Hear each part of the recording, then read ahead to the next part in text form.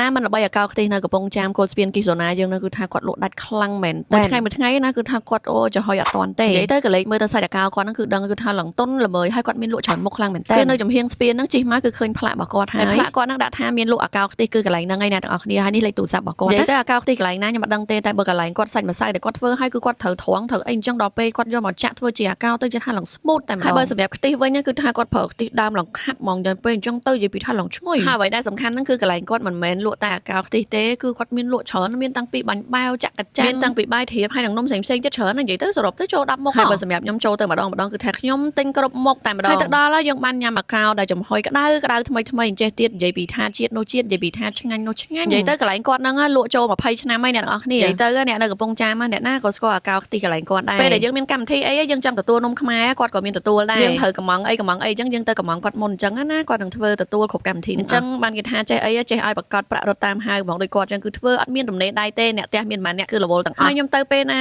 ក៏ត្រូវឈរចាំដែរនិយាយទៅគឺឆ្អិនអត់តាន់ទេហើយបើសម្រាប់រសជាតិវិញគឺខ្ញុំរ៉េតឲ្យ10លើ10ហ្មងមើលតែសាច់នំក៏ដឹងដែរគឺថាឡងទុនល្មើយពេលដែលយើងញ៉ាំចូលមាត់ទៅឡងស្មូតឡង soft ហ្មងអញ្ចឹងអ្នកជីកាត់កំពង់ចាមកុំភ្លេចចូលទៅញ៉ាំទាំងអស់គ្នាណាជម្រាបលាបាយបាយបង